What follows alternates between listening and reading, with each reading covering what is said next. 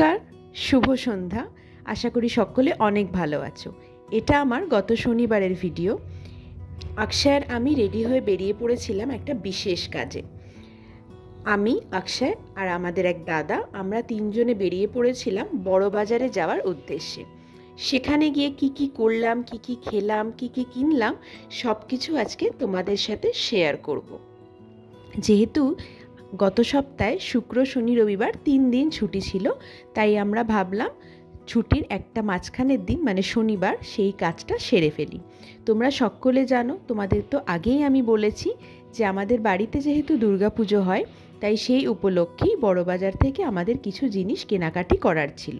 যেহেতু আমরা এদিকে থাকি, তাই আমরাই এই কাজটা সেরে ফেলেছিলাম।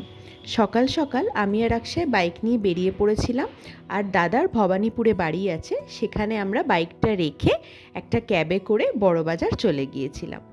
এখান থেকে রাস্তা থেকে যেতে যেতে ভিউটা কিন্তু খুব সুন্দর ছিল, কারণ সেদিনকে ওয়েদারটা ছিল একদম রোদ ঝলমলে, যেমনটা দুর্গাপুজোয় থাকে। আকাশটা কিন্তু দেখে মনেই হচ্ছিল যেন একদম দুর্গাপুজোর আকাশ। তাই জন্য তোমাদের একটু ভিউটা আমি দেখিয়ে দিচ্ছি।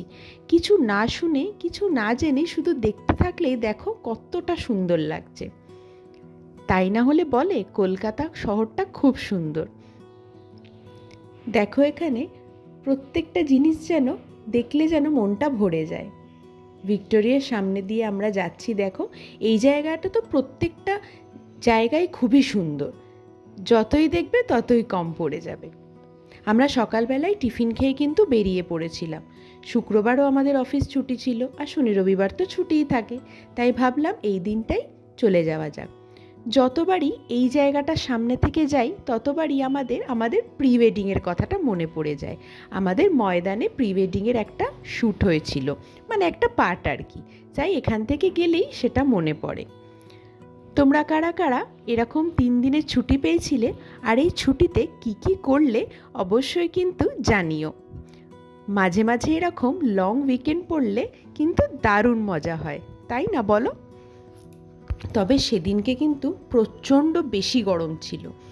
অবশ্য আরেকটা কথাও ঠিক, যে বৃষ্টি বাদল হলে হয়তো কেনাকাটায় অনেক সমস্যা হয়ে যেত, তাই রোদ ঝলমলে আকাশটাই আমাদের জন্য ঠিক ছিল। তবে গরমে প্রচণ্ড কষ্ট হয়েছিল, ভীষণ ভীষণ গরম ছিল সেদিনকে।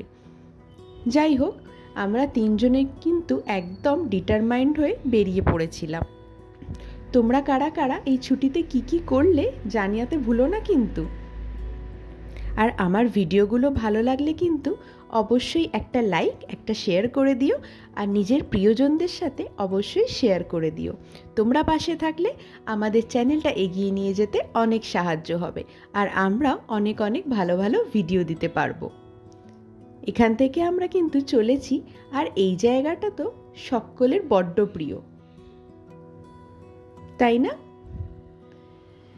ছেলেদের হয়তো বেশিই প্রিয়, তবে মেয়েদেরও প্রিয়। এবার আমরা প্রায় চলে এসছি ব্যাপার। এবার নামবো আর কি। গাড়ি থেকে যেন আর নামতে ইচ্ছা করছে না, নামলেই তো প্রচণ্ড গরম, তাও আর কি মনটা শক্ত করে যাওয়া। বড় বাজারে কিন্তু একবার গেলে তোমার কিছু কেনার প্ল্যানিং না থাকলেও কিন্তু একগাদা জিনিস ঠিক কিনেই ফেলবে। ওটা এমনই জায়গা, কোনটা ছেড়ে কোনটা নেব কিছুই বুঝতে পারি না, মনে হয় জিনিস কিনেই যাই। আর ওখানে জিনিসের এতই ভ্যারাইটি, মানে বলার মতো নয়। আমি যতটা পেরেছি যে জায়গাগুলো আমাদের খুব ভালো লাগছিল, সেইগুলো আমি অল্প অল্প করে ভিডিও করে এর মধ্যে অ্যাড করে দিয়েছি। তোমরা কেউ চলে যেও না কিন্তু, অবশ্যই পাশে থেকো। এবার আমরা দেখো নেমে পড়ে সোজা চলে গেছিলাম ডালপট্টিতে। এখানে বিভিন্ন রকমের মশলা, ডাল, গ্রসারির সমস্ত জিনিসপত্র কিন্তু তোমরা সুলভ মূল্যে পেয়ে যাবে।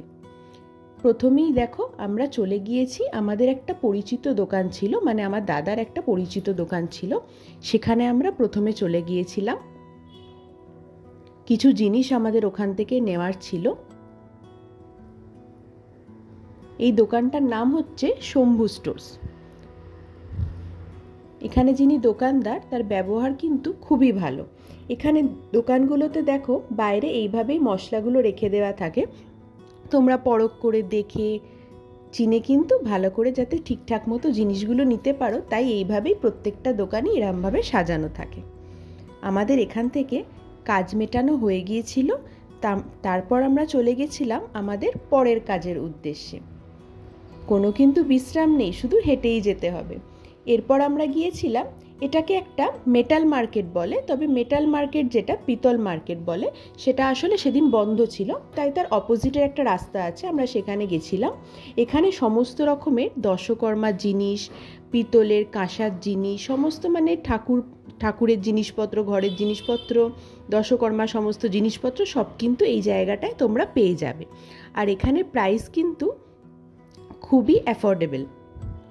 এরপর সেখানে কাজ মিটিয়ে আমরা চলে যাচ্ছিলাম গিফট হাউসে। আমাদের কিছু গিফট কেনার কথা ছিল, তাই জন্য।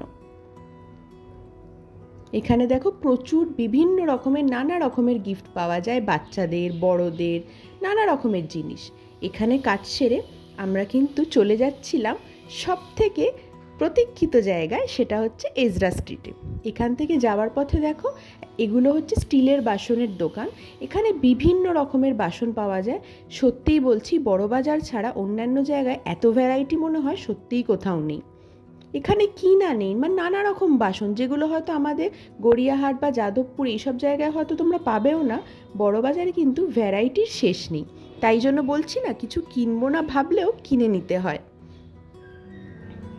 এই জায়গাটা ক্রস করে আমরা হাঁটতে হাঁটতে চলেছিলাম। দেখো আকাশটা একদম যেন রোদ ঝলমলে হয়ে রয়েছে, তাহলে ভাবতেই পারছো গরমটা সেদিন কেমন ছিল।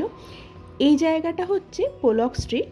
এখানে তোমার বিভিন্ন রকম ইলেকট্রিক্যাল জিনিসপত্র, যেমন হচ্ছে তার, ফ্যান, তারপর তোমার যে কেবেলের তার হয়, তারপর লাইট হয়, এগুলো সমস্ত কিছু দেখো এখানে পাওয়া যায়। এই রাস্তাটাকে পোলক স্ট্রিট বলে। এইটা ক্রস করেই আমাদের যাওয়ার কথা ছিল এজরা স্ট্রিটে। এই যে জায়গাটা দেখছো, এটা এজরা স্ট্রিট যাওয়ার পথেই পড়বে। এটা হচ্ছে তোমার সাজানোর জিনিস, যেমন হচ্ছে কারো যদি জন্মদিন থাকে, অ্যানিভার্সারি থাকে, বা বাচ্চাদের কোনো অনুষ্ঠান থাকে, সেখানে সমস্ত দেখো জিনিসপত্র এখানে কিন্তু পাওয়া যায়। সেলোটেপ বলো বা বিভিন্ন রিবন বলো, এগুলো খুব মানে রিজনেবল প্রাইসে পাওয়া যায়। এইটা ক্রস করে আমরা চলে গেছিলাম এজরা স্ট্রিটে। এই জায়গাটা দেখো, দেখলেই মনে হয় যেন পুজো এসে গেছে, দুর্গাপুজো ব্যাপার। আর সব থেকে বড় কথা, দেখলে মনে হয় দিওয়ালিটা মনে হয় যেন আগে মনে পড়ে। এখানে বিভিন্ন রকমের লাইট আছে, দেখো ভ্যারাইটি আছে প্রচণ্ড লাইটের। মানে তোমরা যদি ভাবো যে ঠিক আছে শুধু ঘুরতে যাচ্ছি, কিনবো না, কিন্তু দেখলে তবু তোমার একটা না একটা কিছু কিনতে কিন্তু ইচ্ছা করবে। আমরাও কিনে নিয়েছিলাম। হয়ে যাওয়ার পর আমরা খেতে চলে গেছিলাম ভোজন রসিক বাঙালিতে। এটা আমি তোমাদেরকে শর্টসেও শেয়ার করেছি, তোমরা একবার দেখে নেবে। এটা হচ্ছে বেন্টিং স্ট্রিটে, বড়বাজার থেকে প্রায় 10-11 মিনিট হাঁটা পথ। আমরা হেঁটেই চলে গিয়েছিলাম। এটা খুব সুন্দর এই জায়গাটা। দেখো এখানে আমরা একটু ঢং করার চেষ্টা করছি, কিন্তু আমাদেরকে দেখতে একেবারেই ভালো লাগছে না, কারণ আমরা প্রচণ্ড বিধ্বস্ত হয়ে গেছি। অনেকভাবে সুন্দর দেখার চেষ্টা করছি, কিন্তু একদমই ভালো লাগছে না। যাই হোক, এখানে দাদা ফোনে কথা বলছে, আর এনাদের দুজনকে দেখছো, এরা হচ্ছে হাজব্যান্ড ওয়াইফ, এখানের ওনার। এখানে দেখো অ্যাম্বিয়েন্সটা অনেক অনেক সুন্দর। তোমরা যদি এই রেস্টুরেন্টটায় আসতে চাও, আমি তোমাদেরকে ডিটেলসটা ডেসক্রিপশন বক্সে দিয়ে দেবো। অথেন্টিক বেঙ্গলি রেস্টুরেন্ট, খাবার কিন্তু অনেক অনেক সুন্দর। দেখো পরিবেশটা অনেক সুন্দর, খুবই ভালো লাগবে তোমাদের এলে। এখানে আমরা কি কি নিয়েছিলাম চলো তোমাদেরকে বলে দিই। আমি একটা এখানে হাঁসের ডিমের থালি নিয়েছিলাম, আর দাদারা ভাত, ডাল, দুটো সবজি, লাচ্ছা পরোটা, চিকেন এইসব নিয়েছিল। খাওয়া দাওয়া সেরে একদম পেট মোটা করে বাড়ির উদ্দেশ্যে রওনা দিয়েছিলাম। বাড়ি আসতে আসতে আমরা ভবানীপুর থেকে আবার বাইকটা নিয়ে গড়িয়াহাট হয়ে বাড়ি ফিরেছিলাম। গড়িয়াহাটের চিত্রটা দেখলে তোমরা একদম বুঝে যাবে যে দুর্গাপুজো কিন্তু একদম নাকের ডগায় চলে এসছে। আজকের মতো টাটা, বাই।